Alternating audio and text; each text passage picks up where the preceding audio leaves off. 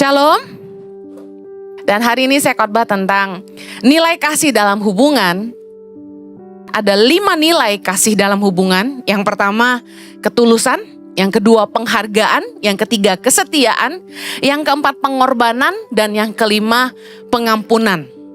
Kolose 3 ayat 14. Dan di atas semuanya itu, kenakanlah kasih sebagai pengikat yang mempersatukan dan menyempurnakan.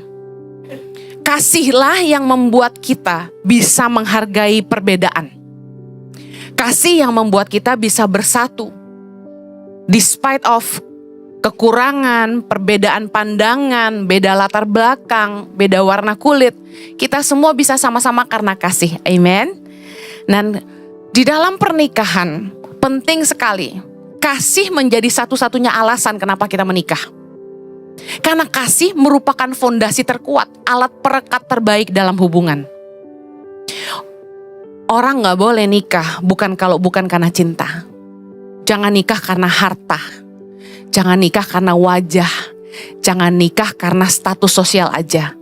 Menikahlah karena Anda menemukan orang yang Anda cinta. Katakan amin. Bu Heni, kalau gak ketemu gimana? Gak usah nikah.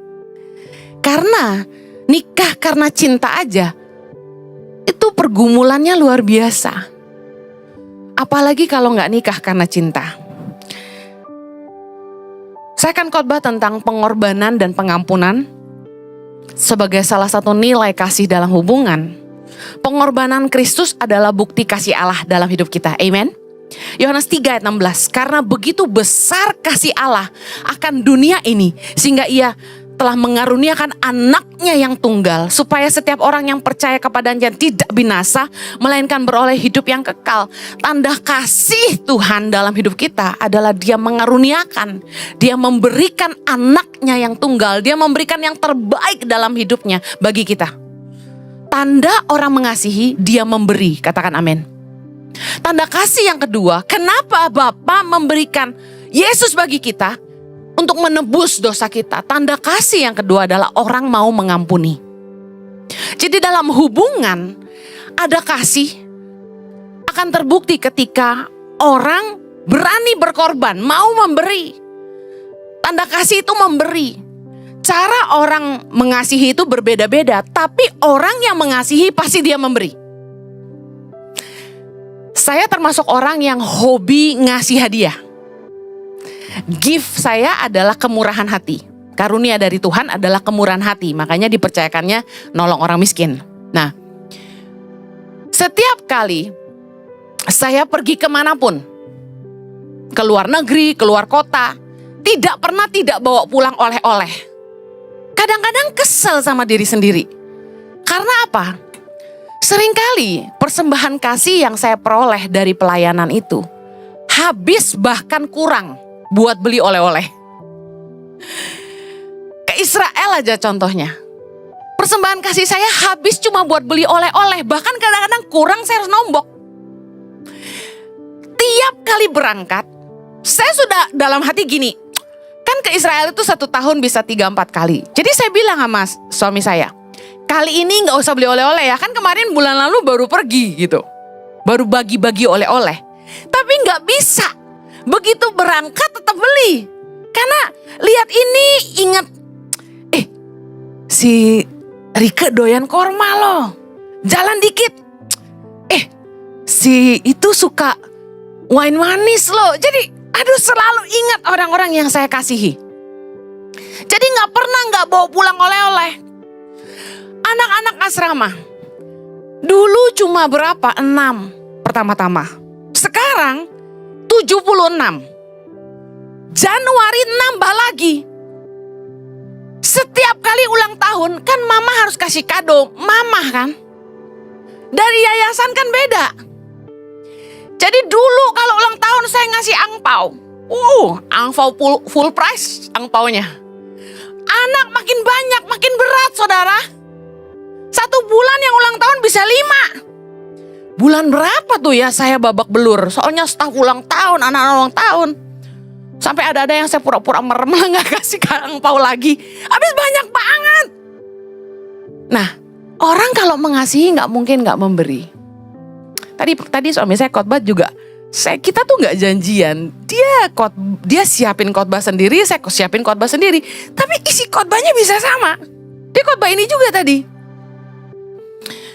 Suami saya bilang gini, orang bisa memberi tanpa kasih. Misalnya kita ngasih tips ke tukang sampah, kan kita nggak mengasihi dia, kita kasih aja, betul nggak? Orang bisa memberi tanpa kasih, tapi orang nggak mungkin mengasihi tanpa memberi.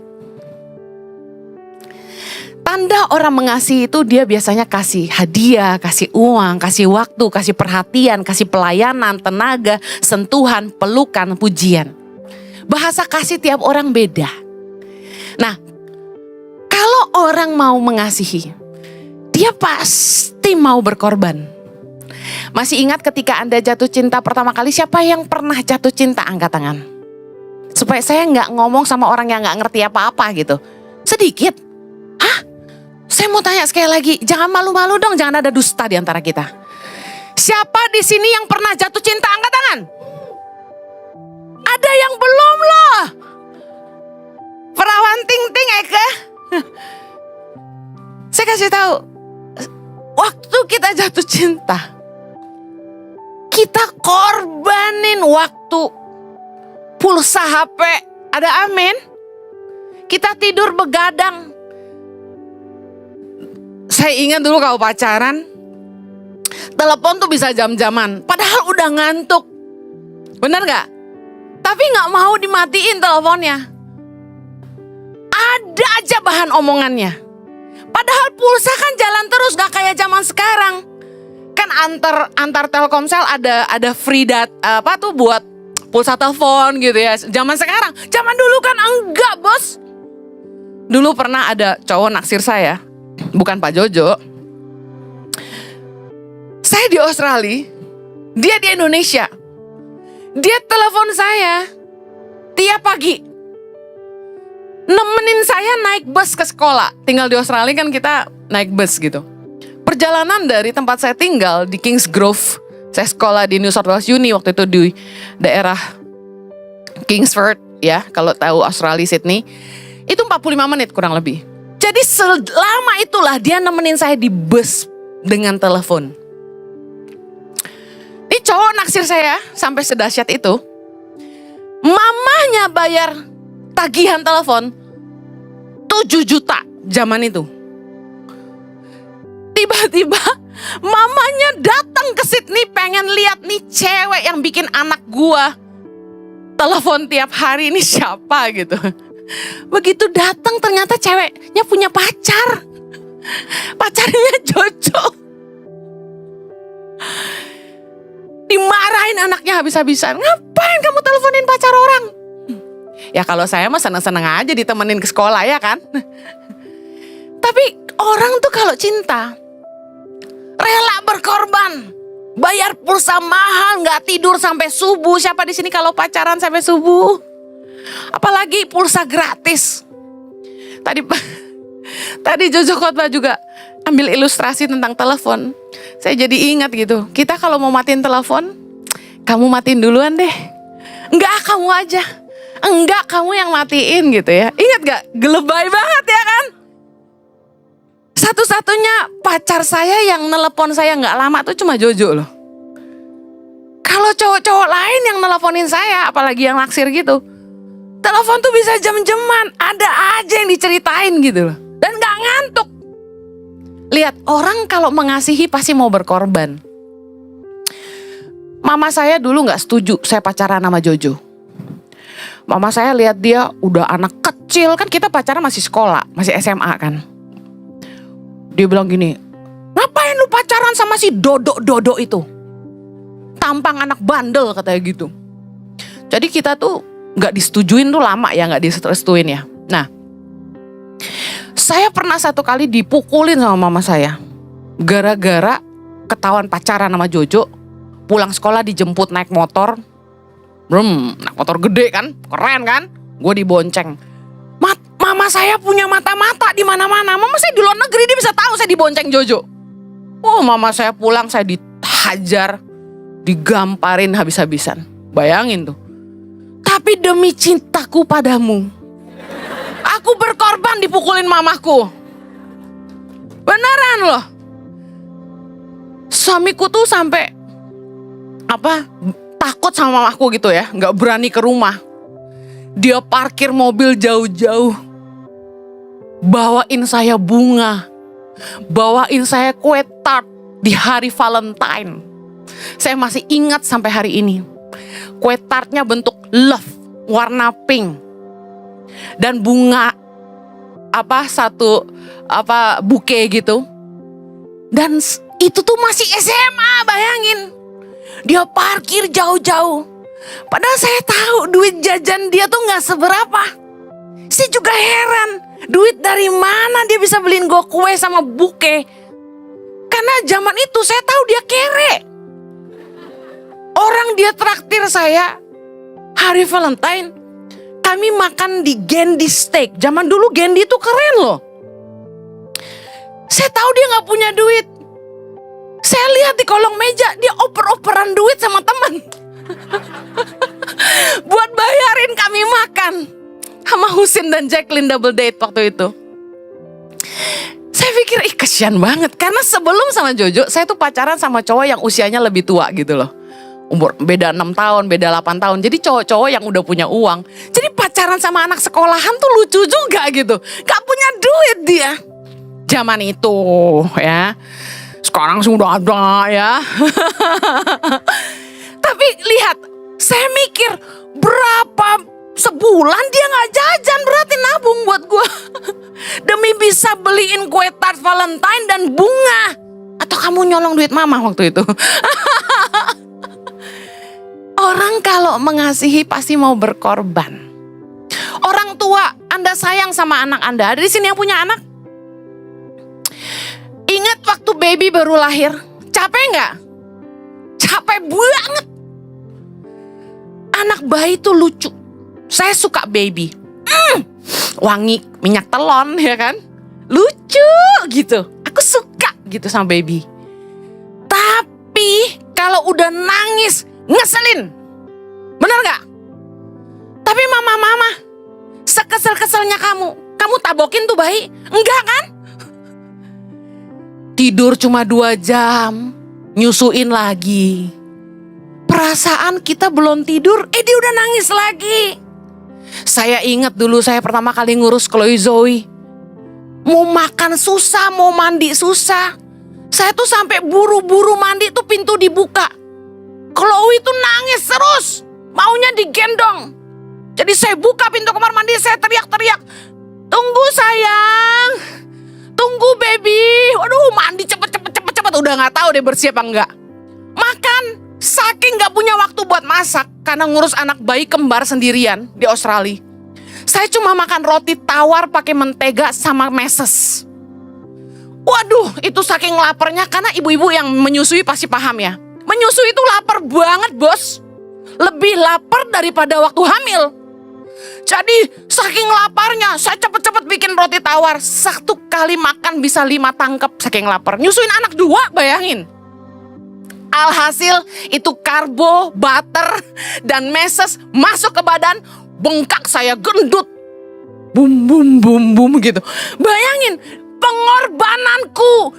Tapi demi sayang anak kita gak pusing badan kita rusak. Hari ini anak saya kalau malam-malam suka pukul-pukul perut mak saya. Dia bilang gini, Mami Fluffy, Mami Fluffy. Gue bilang nih karena baby. Tapi enggak. Banyak perempuan yang anaknya 5 lebih kurus dari saya. Cuma excuse itu. Ini nasi bebek, nasi goreng kambing dan teman-temannya. Haleluya. Orang kalau mengasihi pasti mau berkorban. Nah saya herannya gini. Waktu pacaran berkorban habis-habisan. Tapi ketika menikah kok hitung-hitungan. Aku capek, kamu gak bantuin aku gitu ya. Kalau dulu waktu pacaran, capek saya? Enggak gitu. Mari belajar mengasihi. Yesus berkorban karena kasihnya kepada kita. Efesus 5 ayat 2. Dan hiduplah di dalam kasih, sebagaimana Kristus Yesus juga telah mengasihi kamu dan telah menyerahkan dirinya untuk kita sebagai persembahan dan korban yang harum bagi Allah. Kasih itu mau berkorban, bukan ngorbanin yang lain. Katakan amin. Yohanes 15 ayat 13 berkata gini, tidak ada kasih yang lebih besar daripada kasih seorang yang memberikan nyawanya untuk sahabat-sahabatnya. Orang kalau punya kasih, dia bisa ngorbanin kepentingan dirinya sendiri buat kepentingan orang banyak. Dalam berkomunitas, dalam hubungan, kita harus menjadi simbiosis mutualisme, bahasa biologinya. Yang artinya, di dalam hubungan komunitas, kita harus saling menguntungkan, saling jadi berkat, bukan simbiosis parasitisme, yang artinya jadi benalu di sebuah komunitas. Orang harusnya mau berkorban kalau dia punya kasih, bukan mengorbankan yang lain. Kalau kita gak mau berkorban, kita akan jadi parasit. Cuma cari keuntungan diri sendiri. Contoh, ada orang-orang yang dalam hubungan hanya mau mengambil dan tidak mau memberi. Contoh, kalau ada acara makan-makan, pesta-pesta, datang gak bawa apa-apa, tapi pulang babungkus. Bahasa orang Manado. Ada yang gitu? Bahkan udah siap Tupperware. Satu kali kakak saya menikah. Kami tunangan di hari yang sama. Kami tunangan, kakak saya menikah. Tahun 2009 ya. Tahun berapa ya Jo? Lupa aku. 2001 ya? Kayaknya ya. Anyway, it was so long time ago. Nah, waktu dia menikah, meja pengantin dan meja-meja besan ya keluarga inti. Kami waktu itu pestanya di highlight. Zaman dulu highlight Ancol itu masih keren ya. Sekarang udah nggak ada, masih ada nggak ya? Nggak jalan ya.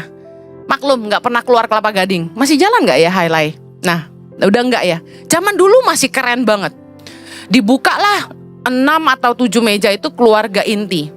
Dan di setiap meja keluarga inti itu ada bebek Peking duck 1 ekor. Wow gitu kan. Nah, kami waktu nikah, itu ada waktu kakak saya nikah, kami tunangan, itu ada kejadian yang ajaib, aneh tapi nyata. Kami tuh gak bisa makan, baru duduk di meja, udah dipanggil foto. Baru mau nyuapin nasi, udah dipanggil foto. Jadi pesta itu megah, makanan berlimpah. Bayangin setiap meja aja 1 ekor bebek, tapi kami gak makan sepotong pun. Kakinya aja enggak. Karena baru duduk dipanggil foto. Tapi ketika kami selesai foto dan balik ke meja, apa yang terjadi? Bebeknya hilang. Serius. Bayangin. Dan yang mengagetkan gini, itu yang datang pesta bawa Tupperware. Ada orang-orang yang udah siap plastik di tasnya, siap bungkus. Katakanlah dia ngambil berapa potong bebek, pasti masih ada bekasnya ya kan. Ini enggak, 1 ekor gone by gone. Apa yang terjadi? Ini kejadian benar-benar langka. Malam itu pesta selesai, kurang lebih jam 10:30 malam. Jam 11 malam kami kelaparan.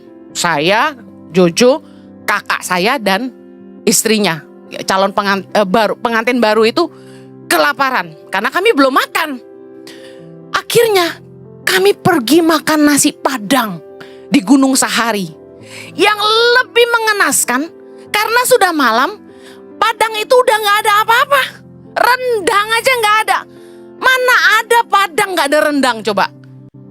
Jadi malam itu kami cuma makan perkedel. Wah pokoknya merana lah.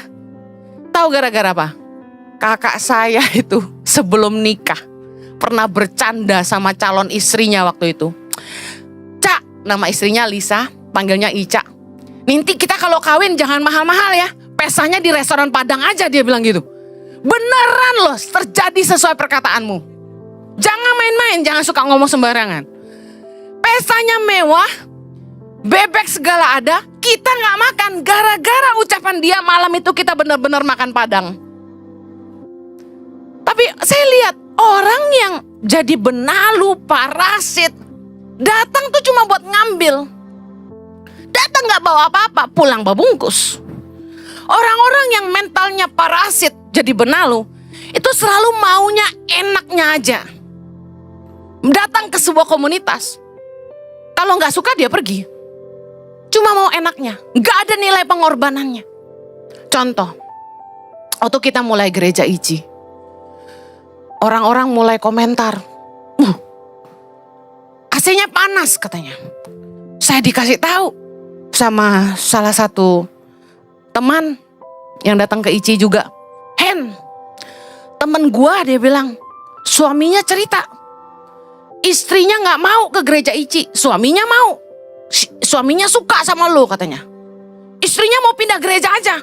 Lu tahu gak gara-gara apa? Gara-gara apa? Saya tanya. AC-nya panas. Saya mau tanya, AC-nya panas gak sayang? Nah, dia kepanasan. Ibadah jam 10 sama jam 12 itu kan paling rame. Ya, kadang-kadang sampai tumpah gitu, sampai di luar-luar. AC-nya mungkin jadi berasa panas karena kebanyakan orang ya, bisa paham ya. Bayangin, harusnya kapasitas 750 diisi 800-an ruangan ini. Jadi panas. Nah, dia bilang, di sini panas, aku mau ke gereja lain. Jadi dia turun ke bawah. Suaminya tetap di sini. Nah, saya lihat orang yang nggak mau berkorban pasti nggak akan stay. Maunya enaknya aja. Kalau kita mau jadi komunitas yang saling menguntungkan, harusnya kalau di satu tempat itu ada masalah, kita jangan mau enaknya aja dong. Pikirin apa yang kita bisa kontribusi di situ. Coba tanya sama saya, Bu Heni, kenapa emang AC-nya nggak ditambahin dayanya? Tahu nggak saudara, ada masalah di gereja kita ini. Kapasitas AC-nya, dayanya itu keberatan karena AC banyak, lighting dan sebagainya. Akibatnya, kalau AC backstage di ruangan pastoral dan ruangan worship leader, musician tidak dimatikan AC-nya di ibadah jam 2, yang kedua dan ibadah ketiga, AC itu jadi ngedrop, jadi panas. Jadi yang berkorban adalah kami. Ruangan saya panas. Ibadah kedua dan ibadah ketiga, termasuk ruang pemusik. Harusnya jemaat yang memang merasa kurang nyaman, panas, tanya dong, Bu Heni kenapa gak dinaikin dayanya? Saya akan jawab, boleh bantu gak? Biaya naikin daya 400-an juta, boleh bantu? Nah, orang kalau bermental datang untuk jadi berkat, dia peduli, dia mau berkorban, nabur dong. Ada yang komentar, sound systemnya gak bagus, beliin dong. Sih, orang kalau mengasihi itu berkorban. Sama dalam pernikahan, kalau gak mau berkorban, mau enaknya aja gak heran nikah sebentar cerai. Gak mau bayar harga. Saya sama Jojo berapa kali menyaksikan orang nikah baru berapa bulan bercerai. Saya bilang, sayang amat. Tahu gitu jangan kawin, ngapain ganti status jadi janda? Mendingan jomblo daripada janda. Makanya jangan sembarangan nikah. Orang kalau mengasihi pasti mau berkorban.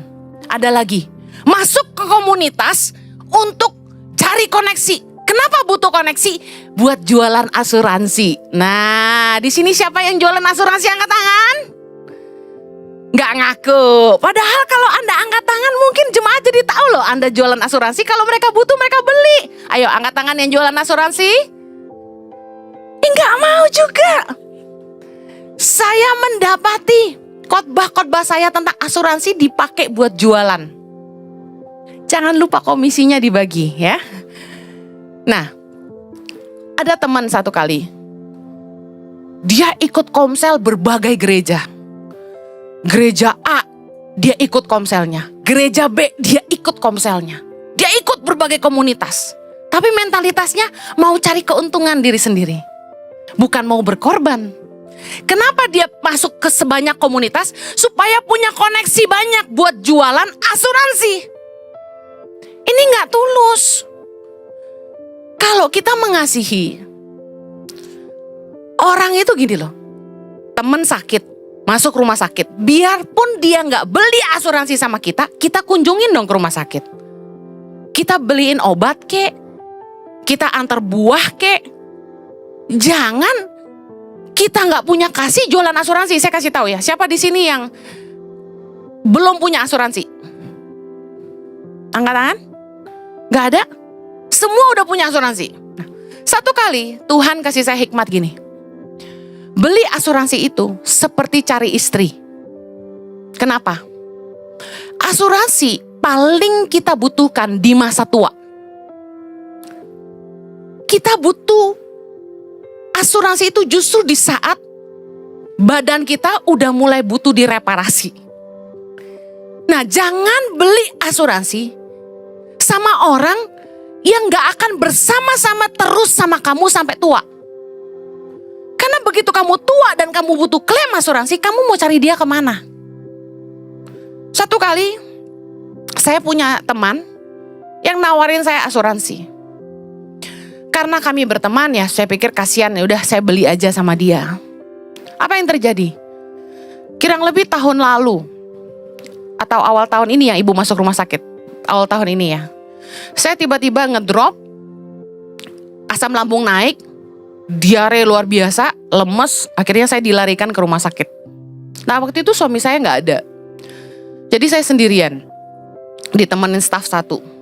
Saya telepon, bisa tolong ke rumah sakit nggak? Aku masuk rumah sakit nih, saya di IGD. Saya pikir biar dia bantu urus-urus gitu loh, biar kita bisa klaim asuransi. Dia jawab saya apa? Isi aja formnya, nanti tinggal reimburse. Saya kaget, hah? Asuransi yang kita beli sama dia tuh gak sedikit. Tapi dia perlakukan saya seperti itu. Saya bilang, saya posisinya di IGD. Saya terkapar di tempat tidur, bagaimana kamu expect saya isi form asuransi? Sejak hari itu saya belajar. Orang-orang yang gak mengasihi kita gak mungkin mau berkorban. Padahal apa sih yang dia perlu korbankan? Cuma waktu dan bensin. Dia cuma siapin waktu, susul saya ke rumah sakit, kunjungin saya. Toh dia diuntungkan dari asuransi yang saya beli dari dia. Bayangin, diuntungkan saja tidak mau berkorban. Ingat baik, kita jangan sampai punya mentalitas hanya fokus sama keuntungan diri sendiri. 1 Korintus 13 ayat 5 tentang kasih bicara gini. Kasih tidak mencari keuntungan diri sendiri. Kasih itu mikirin kepentingan orang banyak, bukan kepentingan dirinya aja. Saya sama suami saya, karena mengasihi Tuhan, kami mau berkorban. Kami menolong anak-anak di seluruh Indonesia ke pedalaman 17 tahun. Gak digaji. Orang zaman sekarang gak digaji mau gak kerja? Mana mau? Ada yang DM. Kalau mau jadi guru pedalaman Tangan Pengharapan, boleh tahu gajinya berapa? Kerja belum nanya gaji. Daftar dulu, nanti interview boleh nanya gajinya berapa. Ini udah DM dulu sebelum nge-apply, gajinya berapa. Kami 17 tahun mengurus Tangan Pengharapan dari nol, tidak digaji. Kami lakukan karena kami mengasihi Tuhan. Kami menjawab panggilan Tuhan untuk Indonesia. Anda harus tahu, ke pedalaman itu gak nyaman. Gak ada enak-enaknya, capek. Malaria, suami saya pergi ke pedalaman Halmahera. Tiba-tiba telepon saya, dia udah dirawat di rumah sakit. Kena malaria. Dia bantu saya buka center di Kaimana. Itu ombaknya luar biasa. Suami saya gak bisa dihubungi kurang lebih 20 jam. Saya panik, saya telepon terus gak bisa. Saya bilang, saya telepon staf saya, Bapak di mana? Bapak di perjalanan, Bu. Baru habis survei, Bu, mau kembali ke kota, ke Kaimana. Loh, ini ditelepon dari tadi nggak bisa. Ternyata apa yang terjadi? Kapalnya karam, diterjang ombak, diterjang badai. Pak Jojo terdampar di pulau yang tidak ada signal. Bayangin, saya udah cerita berkali-kali, saya nih nggak jago berenang. Gaya katak saya aja, itu gaya katak-katakan, kepala di atas. Suami saya jago berenang, saya nggak jago berenang. Tapi tiap kali saya ke pedalaman, ombak besar menghantam kapal. Saya pergi aja tuh, saya nggak takut mati. Karena kita mengasihi bangsa ini. Saya peduli sama masa depan Indonesia. Anda pikir 10-15 tahun dari sekarang, kalau nggak ada lagi pemimpin, calon-calon pemimpin masa depan Indonesia yang dari orang-orang percaya, bangsa ini mau jadi apa? Gereja-gereja nggak mau investasi. Daerah-daerah Kristen paling miskin. Anak-anak Kristen yang paling banyak nggak sekolah tinggi. Kita kalau nggak mau investasi 15 tahun ke depan, masih ada nggak calon-calon pemimpin yang Kristen? Saya tanya. Berat. Saya dulu dimarahin sama mama saya, sama keluarga saya. Ngapain kamu ngurusin anak orang? Ngapain kamu nyekolahin anak orang? Bukan itu yang saya lihat. Yang saya tahu Tuhan punya rencana buat bangsa ini. Amen. Kalau Tuhan bilang sama saya, Henny lahirkan 1000 pemimpin bagi Indonesia. Saya percaya itu gitu loh. Indonesia butuh pemimpin yang takut akan Tuhan, mencintai rakyat, cerdas dan berintegritas. Amen. Pemimpin-pemimpin yang gak cuma mikirin perutnya sendiri. Pemimpin-pemimpin yang mengasihi bangsa ini, sehingga dia mau berkorban buat bangsa ini, gak cuma mikirin kepentingannya sendiri. Apa yang terjadi dengan bangsa kita? Coba buka mata. Orang-orang yang hanya menggemukkan dirinya sendiri, membuat daerah itu gak maju. Saya mikir, apa sih sebenarnya masalah di bangsa ini? Masalah di bangsa ini adalah pemimpin-pemimpin daerahnya harus takut Tuhan, harus cinta rakyat, harus cerdas dan berintegritas. Amen. Kita cuma punya 38 provinsi hari ini. Kalau Tuhan suruh lahirkan 1000 pemimpin, saya percaya. Masa sih gak ada 30 dari 1000? Yang mau berjuang bersama-sama saya katakan amin. Mari kalau kita punya kasih buat bangsa ini, kita gak mikirin diri kita sendiri. Orang tuh kebanyakan kerja cari uang hanya untuk memperkaya dirinya sendiri. Pernah gak Anda pikir apa yang Anda bisa lakukan buat menolong orang-orang di sekitar Anda? Pernah gak Anda berpikir apa yang saya harus lakukan supaya bisa bikin kota saya lebih baik, bangsa saya lebih baik, orang-orang di sekitar kita lebih baik? Saya selalu berpikir begini, kalau saya sampai gak ada, apa yang terjadi dengan anak-anak di Tangan Pengharapan? Anda pikir saya keluar negeri saya menikmati? Jemaat selalu ada di hati saya. Saya bilang sama suami saya gak mau pergi lama-lama. Saya cinta sama gereja ini. Kalau orang gak punya kasih, pasti cuma mikirin diri sendiri. Mari belajar. Miliki kasih. Seperti Yesus mengasihi kita dan mau berkorban buat kita. Yang mau katakan amin. Yang terakhir, nilai kasih itu pengampunan. Efesus 4 ayat 32. Baca sama-sama yuk. Tetapi hendaklah kamu ramah seorang terhadap yang lain, penuh kasih mesra dan saling mengampuni, sebagaimana Allah di dalam Kristus telah mengampuni kamu. Kasih membuat orang tuh mudah mengampuni kesalahan orang lain. Dalam berkomunitas, dalam hubungan kita satu dengan yang lain, teman, keluarga, pernikahan, konflik tuh gak mungkin terelakkan, tapi kasih yang memampukan kita untuk saling mengampuni. Asumsi, salah bicara, perbedaan pendapat, selisih paham, gesekan pasti terjadi. Kasih yang memampukan kita untuk mengampuni dan menutupi kesalahan satu sama lain. Amsal 10 ayat 12 berkata gini, kebencian menimbulkan pertengkaran, tapi kasih menutupi segala pelanggaran. Sebenarnya dalam pernikahan maupun dalam persahabatan, orang-orang yang bersama-sama dengan kita bukanlah orang-orang yang sempurna. Banyak salah. Tapi kenapa kita bisa terus bersama-sama? Karena kita mengasihi mereka. Amen. Kasih membuat orang itu mudah mengampuni. Tanpa kasih orang tuh jadi pendendam. Ingat, jangan nyimpan kesalahan orang lain. Orang yang pahit, pendendam itu merugikan dirinya sendiri. Orang-orang yang gak punya kasih, itu biasanya kalau tersulut masalah sedikit aja, atau ada yang menyinggung perasaannya, pasti bereaksinya langsung marah, langsung mau bertengkar, dan akhirnya merusak hubungan. Kalau hubungan kita tuh satu sama lain mau langgeng, kita harus mengenakan belas kasihan, kata firman Tuhan, kemurahan, kerendahan hati, kelemah lembutan, dan kesabaran. Saya mau akhiri, kasih itu cinta damai. Kasih itu gak membalas kejahatan dengan kejahatan. Kita baca sama-sama. Roma 12 ayat 17. 3, 2, 1. Janganlah membalas kejahatan dengan kejahatan. Lakukanlah apa yang baik bagi semua orang. Sedapat-dapatnya, kalau hal itu bergantung padamu, hiduplah dalam perdamaian dengan semua orang. Saudaraku yang terkasih, janganlah kamu sendiri menuntut pembalasan, tapi berilah tempat kepada murka Allah. Sebab ada tertulis, pembalasan itu adalah hakku. Akulah yang akan menuntut pembalasan, firman Tuhan. Ayat 20. Tapi jika seterumu lapar, berilah dia makan. Jika dia haus, berilah dia minum. Dengan berbuat demikian, kamu menumpukan bara api di atas kepalanya. Ayat 21, janganlah kamu kalah terhadap kejahatan, tapi kalahkanlah kejahatan dengan kebaikan. Saya percaya kasih itu membuat orang gak akan balas jahat dengan jahat. Satu kali ada pemimpin gereja yang kecewa sama pemimpin di gerejanya. Akhirnya dia memutuskan keluar dari gereja itu. Nah, yang terjadi adalah ketika dia keluar, dia mulai membusukkan nama pemimpinnya.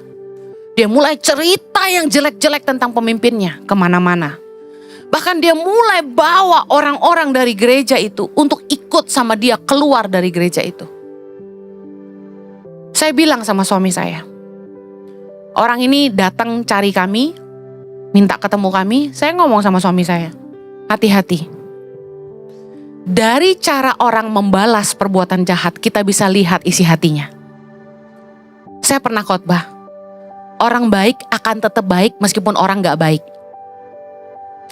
Karena pohon yang baik, pasti buahnya baik. Biarpun orang gak baik sama dia, dia akan tetap baik. Karena dia gak bisa gak baik. Bisa paham? Mari jangan balas kejahatan dengan kejahatan. Lakukan yang baik buat semua orang. Meskipun orang jahat sama kamu, tetap belajar mengasihi. Tetap belajar mengampuni. Firman Tuhan katakan, kalau musuhmu haus, kasih dia minum. Kalau dia lapar, kasih dia makan. Supaya kamu menaruh bara api, yang artinya kamu merendahkan hatimu untuk mengasihi dia. Dia yang akan malu sendiri sama kamu. Satu kali, ada orang pernah jahatin suami saya. Dia mulai panggil teman-teman, orang-orang di sekitar dia, dan dia mulai jatuhkan suami saya. Suami saya tahu, karena ada yang kasih tahu dari antara orang-orang yang diajak bicara, kasih tahu ke suami saya. Apa yang suami saya lakukan? Orang itu satu kali butuh uang, dia kesusahan.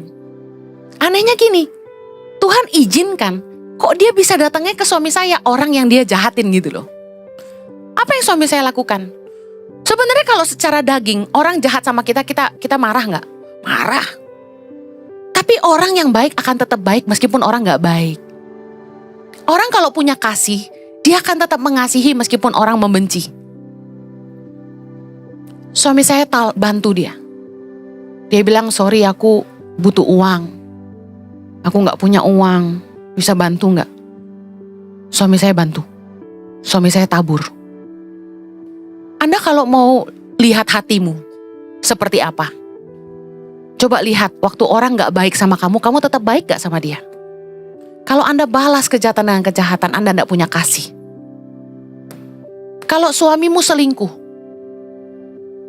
lalu Anda bilang gini, ya udah, gue juga bisa balas selingkuh. Emang dia doang yang bisa selingkuh? Berarti Anda balas jahat dengan jahat. Anda gak punya kasih. Tapi kalau Anda punya kasih, Anda mengampuni. Sakit Bu Heni, I know. Kita disakiti, kita pasti sedih, kita terluka. Saya belajar mengampuni orang tua saya. Saya mengampuni papa saya. Dan saya mengasihi papa saya.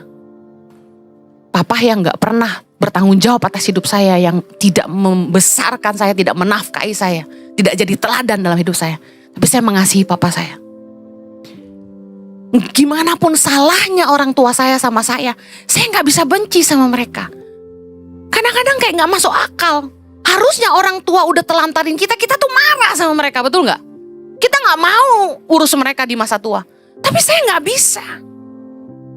Gak ada benci, gak ada dendam di hati saya. Saya ingat yang mereka lakukan, tapi saya gak bisa marah sama mereka. Yang ada di hati saya mengasihi orang tua saya. Makanya saya ngerti ayat ini.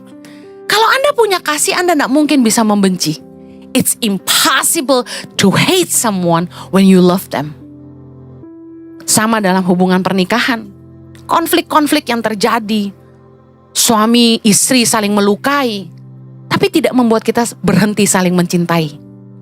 Saya ingat waktu saya pacaran sama Jojo, kami bolak-balik putus. Tiap kali berantem tuh kayak, ya udah, kita putus aja. Ya udah. Tapi nggak pernah putus. Sebenarnya tuh kita udah saling nggak tahan satu sama lain. I nggak tahan sama you nggak tahan sama I. Tapi you cinta I dan I cinta you. Kita cinta-cintaan. Cinta mati, I love you. Cinta mati itu artinya cinta sampai mati gitu loh. Amen.